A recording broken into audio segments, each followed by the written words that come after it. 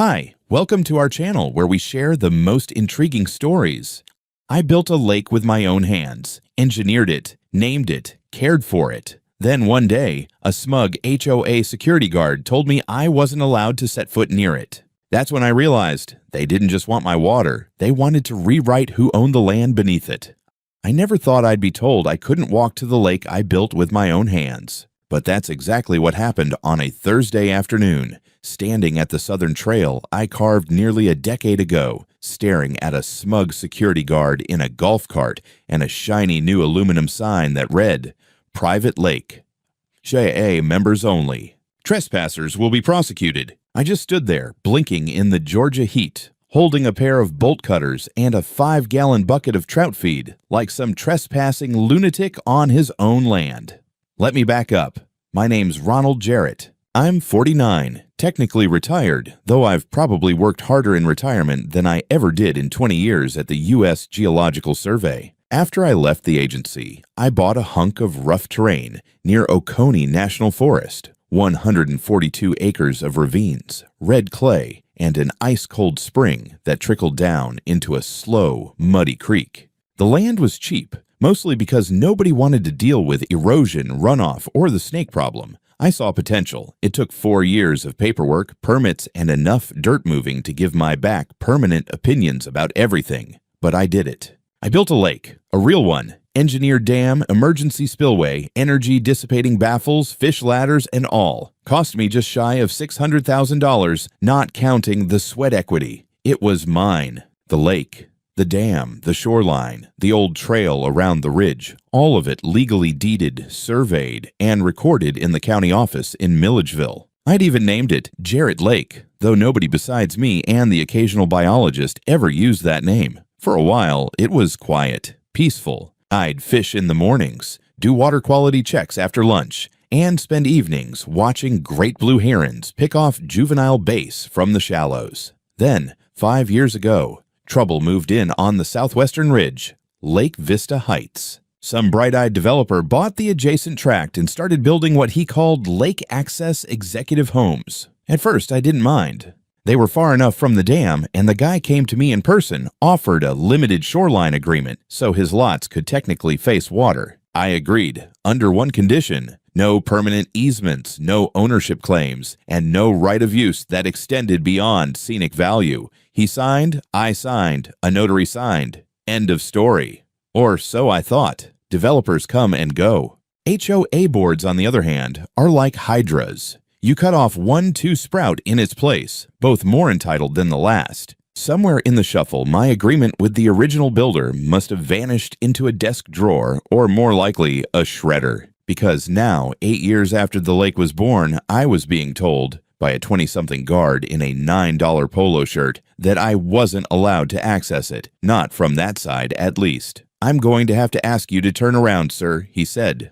He had aviator sunglasses, clean-shaven arms, and the kind of biceps that come from lifting nothing heavier than a clipboard. "I built this trail," I told him. "Still," he replied, tapping his little touch screen.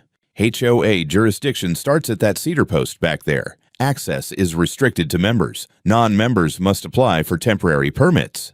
Permits? I actually laughed. "Son, this water is on my land. That shoreline? That's mine. That dam you can barely see through the trees? Also mine. I don't need a permit to walk on my own damn dirt." He squinted. "We've had issues with people claiming they own parts of the lake. The HOA legal team says water is a public trust asset under Georgia code only if it's naturally navigable." I shot back. "This isn't Lake Lanier. It's a closed reservoir, engineered, sealed, regulated, and environmentally certified. You're looking at the guy who built it." There was a pause. I could almost hear the processor in his brain struggling to shift gears. "I'll have to escalate this to the HOA president," he said, suddenly less confident. "Be my guest," I said, tossing the bucket of fish food into the brush and starting back toward my truck. "And tell her, next time she wants to put up a sign on private land, she better bring a damn surveyor and a court order." I drove the long way home, around the ridge, and down the gravel switchback that leads to the main gate I installed next to the nay. Damn.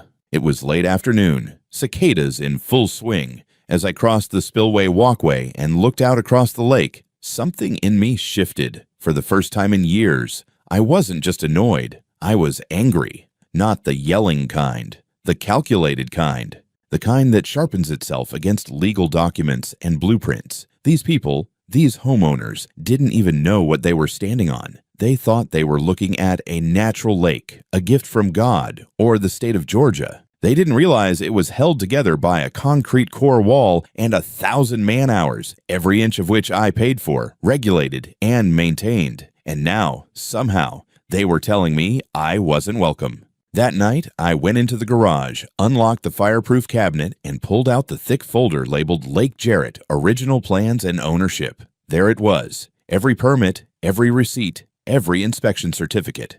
I ran my fingers over the engineering diagrams. I'd been quiet long enough. If they wanted to claim the lake, they'd better be prepared to live without it. 2 days later, I got a letter in the mail that managed to be both hilarious and infuriating.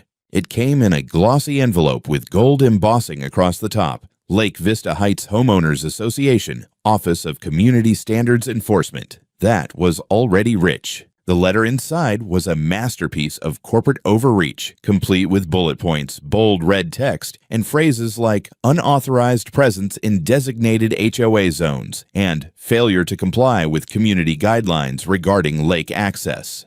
Informed me that my continued intrusion onto HOA-regulated grounds could result in fines, legal action, and, get this, suspension of community privileges. I read it 3 times. The first time, to believe it. The second, to get mad. And the third, just to laugh. Community privileges? I wasn't even part of their precious little homeowner clique. I lived on land that had been in private hands for over a century. I had timber rights, mineral rights, water rights. Meanwhile, the only thing they had was a bunch of overpriced stucco boxes stacked shoulder to shoulder like teeth in a too small mouth. I drove straight to the HOA office. It was a converted model home at the edge of their development, complete with a tiny fake mailbox out front and a manicured lawn that looked like it had been threatened into submission. Inside, it smelled like potpourri and artificial lemon. A girl in her early 20s sat at the reception desk, pecking at her phone. "I need to speak to someone about this," I said, dropping the letter on the counter. She blinked, picked it up, then smiled like I was a particularly slow golden retriever.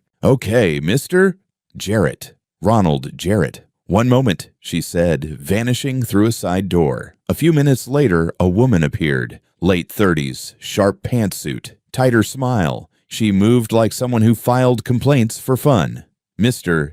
Jarrett," she said, offering a handshake she didn't mean. "I'm Leslie Marshall, president of the HOA board." "Great," I said. "Let's talk about this letter before someone embarrasses themselves in court." Her smile never wavered. "We're simply enforcing community rules. Lake Vista Heights is a private community with collective responsibility for shared resources, including the lakefront." "Except the lakefront isn't yours," I said. "None of it is. Not the water, not the shoreline, not the trail. It's mine.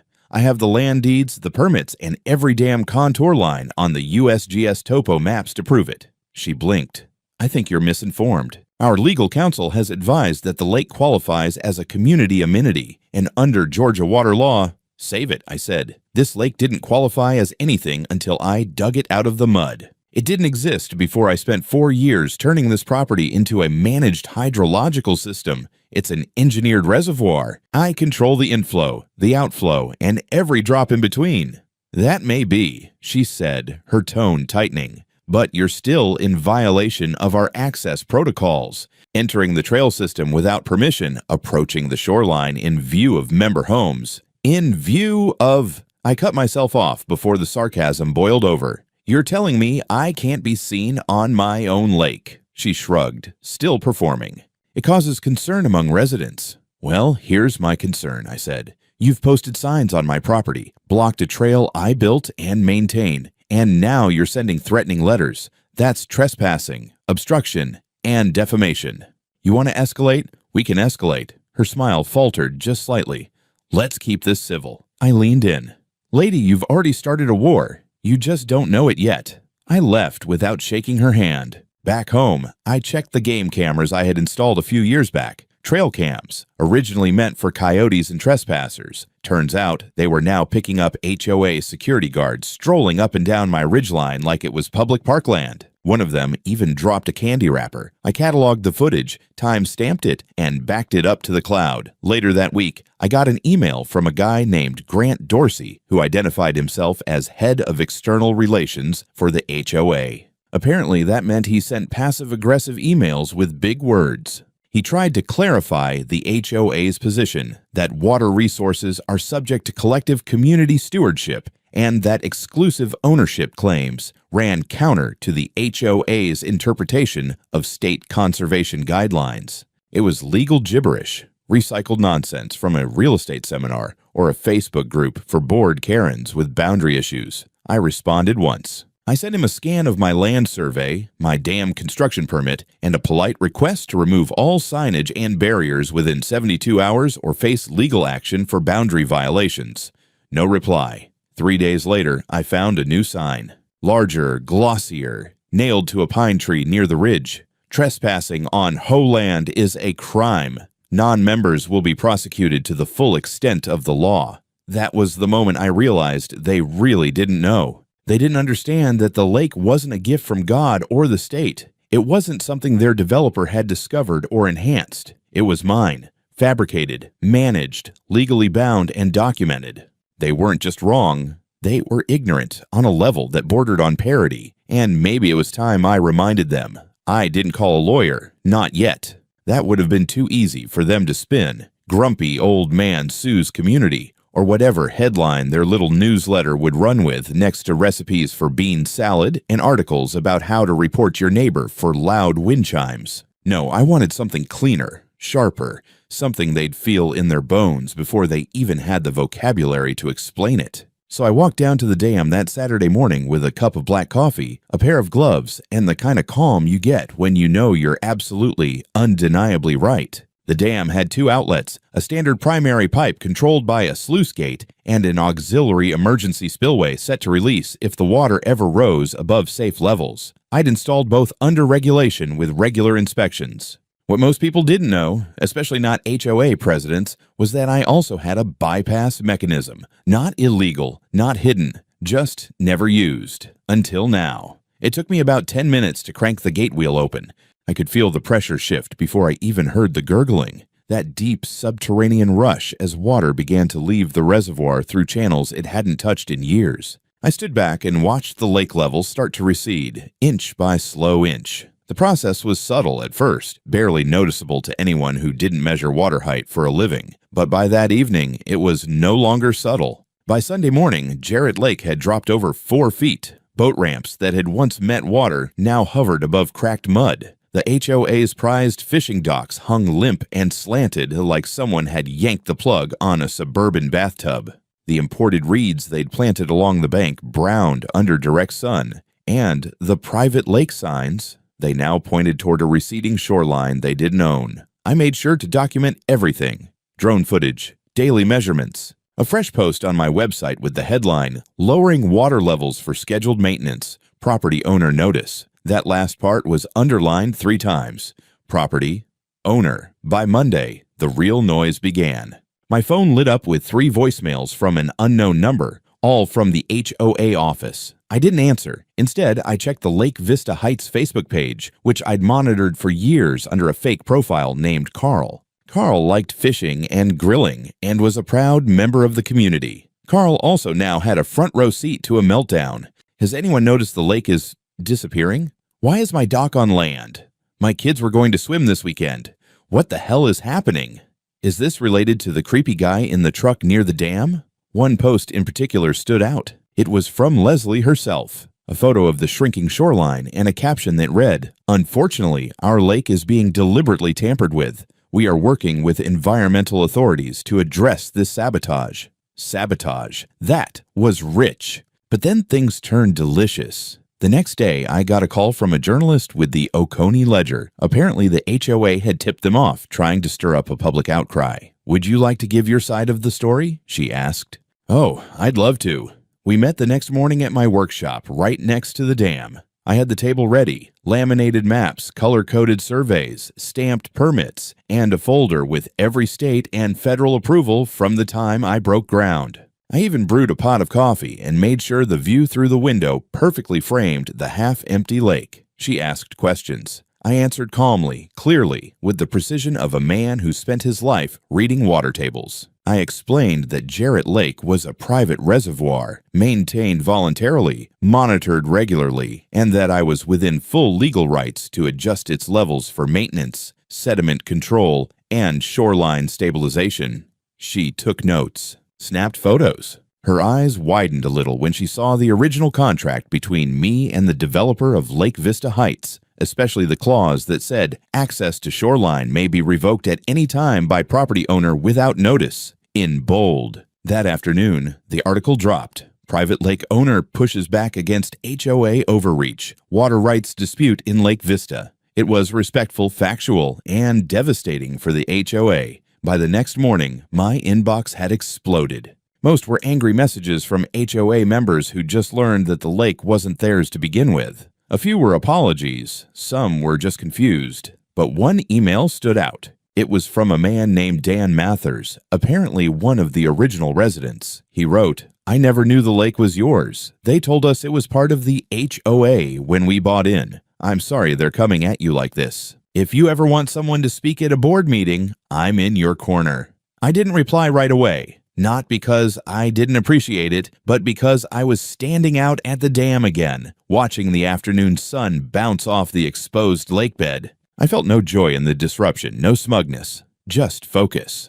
The point wasn't to ruin anyone's weekend. It was to remind them where the water came from and who controlled whether it stayed. The envelope arrived on a Wednesday, hand-delivered by a guy in khakis who looked like he'd rather be anywhere else. He gave me a sheepish nod, handed over the manila packet, and muttered something about just doing his job. I didn't blame him. He was the messenger. The bullet, however, had HOA legal committee stamped across the back. Inside were 30 pages of inflated nonsense wrapped in legal formatting. Lake Vista Heights Homeowners Association versus Ronald Jarrett. Their demands were bold, absurd, and almost admirable in their stupidity.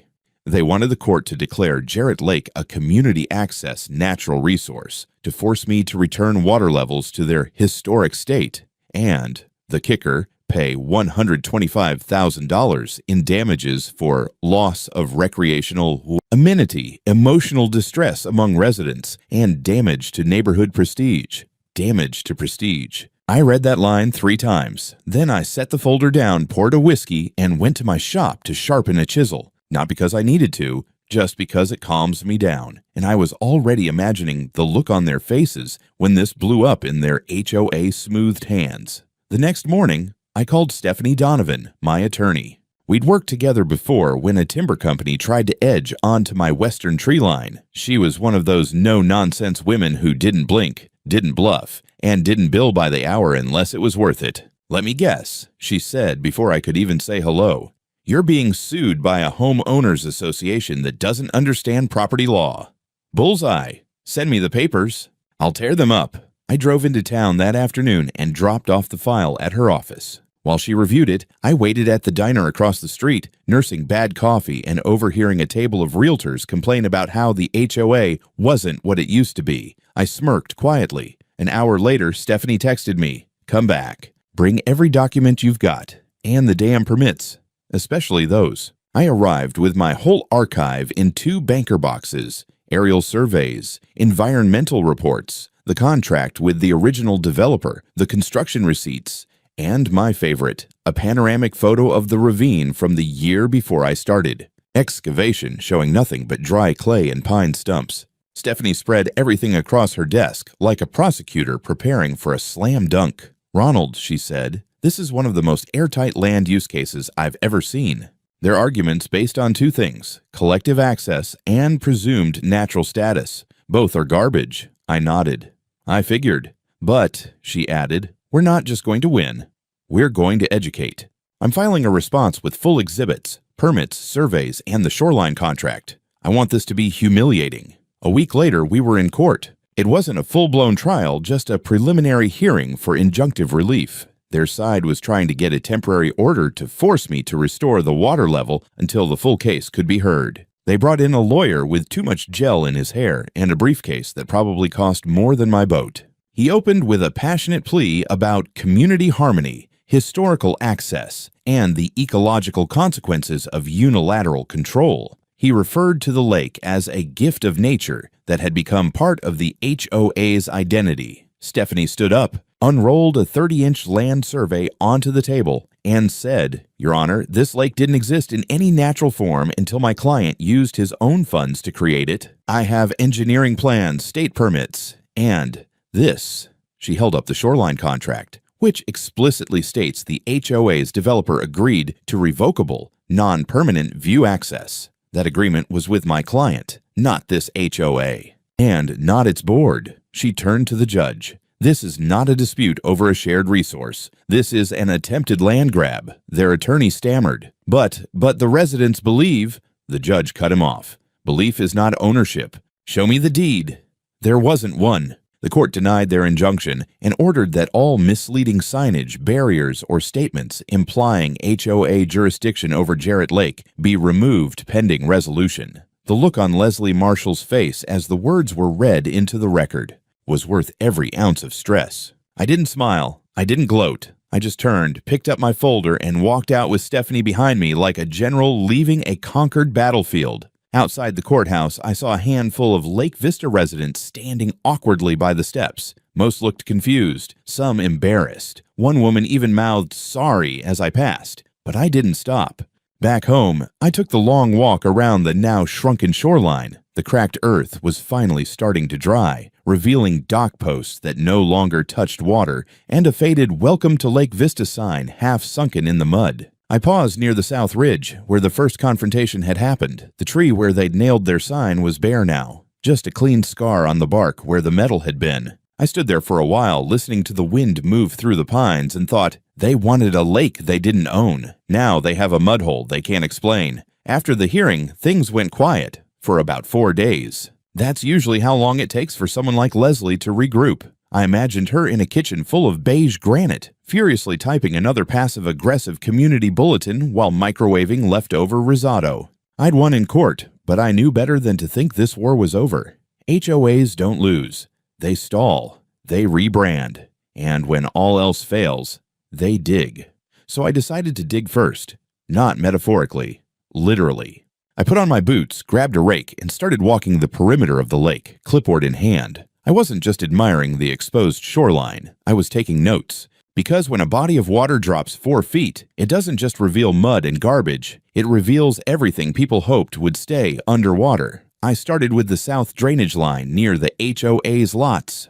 That stretch had always bothered me. The soil there drained oddly fast, even before the lake receded. Sure enough, with the water gone, I found it. A 4-inch PVC pipe, half submerged, angled toward the lake. Buried under gravel, no filter, no outlet permit. And it wasn't alone. 2 more pipes, both emerging from the direction of the HOA's landscaping zones, were dripping brownish runoff straight into my reservoir. One had a faint chemical smell. Another had clumps of blue fertilizer sludge pooled around the opening. I ran a field test strip through the trickle. Nitrate levels off the charts. Lawn treatments. Pesticides. All of it washing directly into Jarrett Lake, my lake, through unapproved drainage lines. They hadn't just trespassed. They'd been poisoning the ecosystem I spent nearly a decade cultivating. The next day, I contacted the Georgia Environmental Protection Division, submitted a complaint, and provided photographic evidence. They promised an inspection within 72 hours. I didn't stop there. I requested public planning records from the county office regarding the original Lake Vista Heights site plan. It took a few calls, but when I finally got the drainage diagrams, I nearly laughed. The HOA was not approved for direct runoff into adjacent bodies of water. They were required to install filtration berms and retention basins. Neither existed. That weekend, the inspectors arrived. 3 of them, with clipboards, cameras, and one guy who didn't speak much but sniffed every pipe like a bloodhound. They walked the shoreline with me, documenting each illegal outlet. The guy in the windbreaker said it plainly. This isn't runoff. This is unmanaged discharge into a private water body. That's a problem. On Monday, I got the update. $85,000 in fines, plus an order to cease all drainage activity into Jarrett Lake until a full remediation plan was approved and implemented. I wasn't allowed to celebrate, but I did find myself humming while feeding the trout in my secondary pond. Then came the kicker. Stephanie called and told me the environmental notice triggered a secondary clause in my shoreline agreement with the original developer. Any environmental violation related to the HOA's shoreline access immediately nullifies their original view. Easement, meaning the HOA had not only lost access, they'd now violated the terms so badly that any legal claim to shoreline proximity was void permanently. I drove to the county records office the next day and filed a revocation notice. Took all of 15 minutes. Back at home, I posted 2 new signs on the dam and main trail. No trespassing. This lake is a private engineered reservoir. Trespassing is a federal offense under EPA Code 1311. I added a second line. Drainage violations documented. Unauthorized discharge will be prosecuted. That night, someone tried to steal the sign. The cameras caught them. A man in a Lake Vista tennis hoodie with a crowbar. I forwarded the footage to the sheriff's office. They laughed when they saw it. Looks like trespassing and attempted vandalism. Want us to follow up? Absolutely. The HOA had overplayed their hand. They'd sued me, poisoned my water, lied to their residents, and now, because of pure arrogance, they'd triggered a chain of events that left them powerless. I wasn't just protecting my property anymore. I was holding them accountable for every inch of it. By the time the EPA fines were officially delivered to the Lake Vista Heights HOA, I'd already moved on to the next phase. There was no celebration, just action. I wasn't interested in theatrics. I was interested in control, legal, physical, and psychological. If they thought they could keep bullying their way to my lake, they were about to learn what happens when you try to fence in the man who built the water. Literally. I hired a contractor I trusted, a wiry guy named Russell who'd helped me install the original spillway years ago. No fuss, no talk, just results. We mapped out a perimeter fence, 6-foot cedar post barriers along the trailheads that cut into my property from the HOA side, reinforced steel mesh at the low points, and 4 motion-detecting cameras rigged up to solar panels and infrared sensors. All the warning signs were custom printed and laminated with reflective lettering. Private property, no HOA access. This is not a community resource. Trespassing enforced by local and federal statutes cameras operating 24/7. Violators will be recorded and reported. We even ran a seismic alert wire along the trail nearest the dam, sensitive enough to catch footsteps. It beeped every time a deer passed by, but I didn't mind. I liked knowing. The final piece was a gate, custom steel with a coded entry pad, built into the base of the original access trail the HOA used to stroll down like they owned the place. That gate didn't just close access, it closed the chapter. Meanwhile, I learned through a friend in county zoning that the HOA board was in full panic mode. They'd held an emergency meeting to clarify misunderstandings about the lake's ownership. That turned into a shouting match. Half the residents thought the board had lied to them. The other half couldn't believe the lake was never theirs to begin with. I got screenshots of the neighborhood Facebook group. Why weren't we told it was a private reservoir? Can we sue the board? Leslie should resign. We built our deck because of that lake view. What now? And my personal favorite, is it true the lake was man-made? That guy created it? Yes, that guy created it. And now that guy had fenced it off with legal steel and federal protection. That week, HOA President Leslie Marshall emailed me directly, her tone a curious blend of groveling and gaslighting. She claimed this was all a big misunderstanding, that maybe mistakes were made, and that she hoped we could find a way to de-escalate. She even threw in a suggestion. Perhaps you'd be open to allowing limited scenic access again. In good faith? I didn't reply. Instead, I forwarded the email to Stephanie, who advised me to let silence do the talking. Never negotiate with people who only want your assets, she said, especially when they're pretending it's reconciliation. The next day, a new sign went up at the shoreline. This is not your view.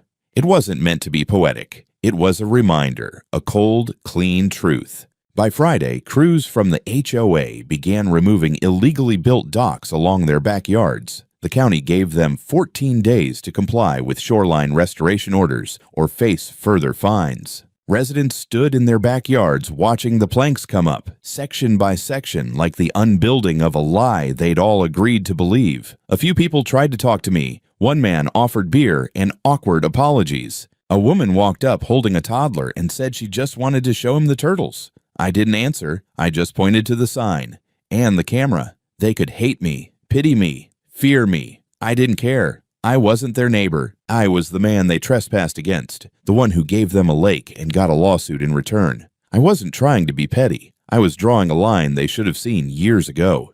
By the end of the month, Lake Vista Heights was no longer a smug, pristine HOA community. It was a dysfunctional battleground with decaying docks, a dried-up lakefront, and neighbors who couldn't look each other in the eye without mentioning my name. And I wasn't even doing anything anymore. The place was unraveling on its own. Like a house built on moldy drywall, it just took one crack to start bringing everything down. The crack, in this case, came in the form of an anonymous leak. Someone, I suspect one of the fed-up residents, uploaded internal HOA documents to a public Facebook group for Georgia homeowners against overreach. Screenshots of HOA meeting notes, emails between board members, and even correspondence with their legal counsel were all there. All of it showed they'd known for years that the lake wasn't legally theirs, that the access agreement was limited and temporary, that they'd chosen to ignore it, hoping I'd either move away or cooperate indefinitely. My name was in those emails more than a dozen times.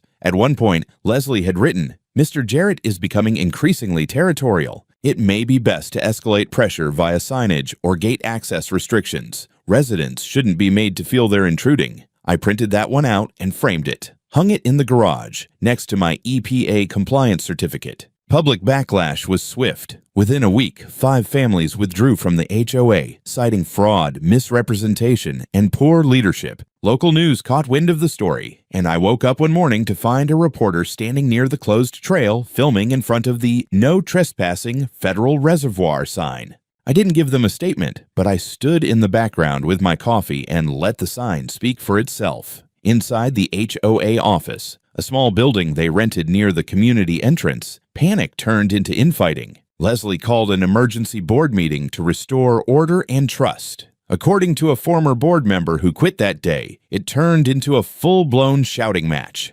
Accusations flew that Leslie had withheld documents, that she misled homeowners, that she cost them access to the only real amenity they had. A man apparently stood up and yelled, "I bought this house for the lake, not for your lies." 2 board members resigned on the spot. That week, I received 3 separate notices from residents requesting private access to the lake, just to walk, just to fish, just for their kids. Some of the letters were sincere. One even included a hand-drawn apology from a 10-year-old girl named Abby who said she missed the turtles. I didn't have the heart to ignore that one. I wrote back with a simple message: "This lake is not for punishing children, but I will not reward the behavior of your HOA." It was the most civil I'd been in weeks, but the real hammer came when the developer filed for bankruptcy. Turns out the scandal had made it impossible to sell the last few lots. Investors pulled out. And with legal costs mounting from both the fines and internal lawsuits, the Lake Vista HOA lost its biggest financial backer. By the end of the quarter, the HOA was officially disbanded. Residents were now individually responsible for their own properties. Some cheered the freedom. Others panicked at the lack of central control.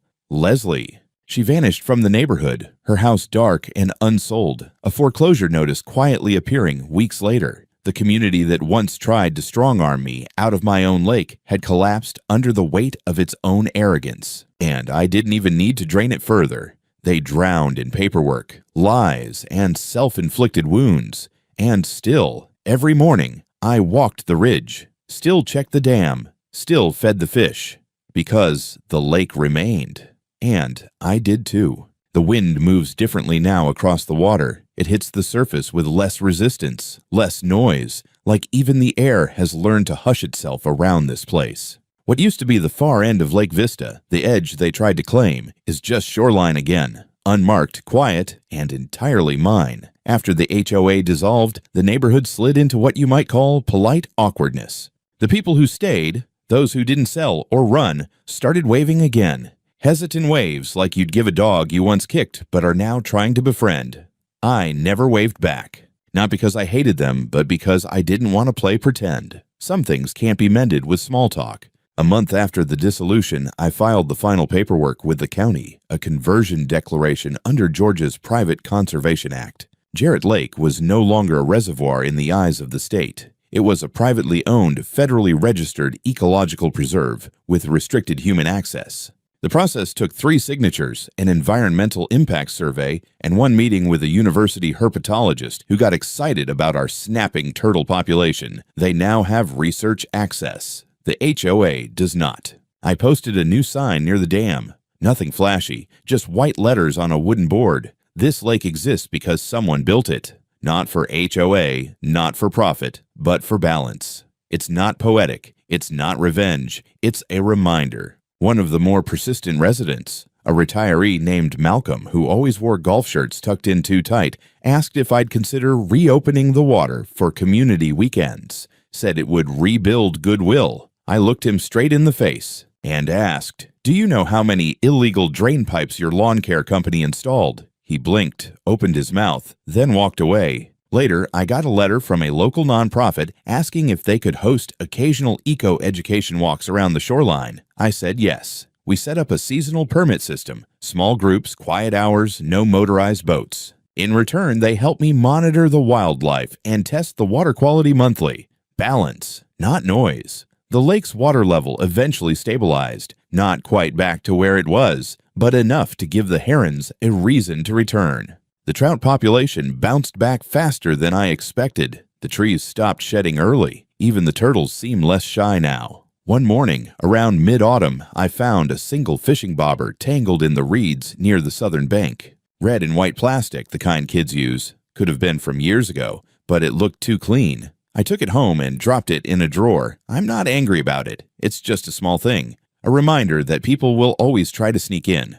But now, they sneak with caution because they know this isn't their lake. This is my lake, and it always was.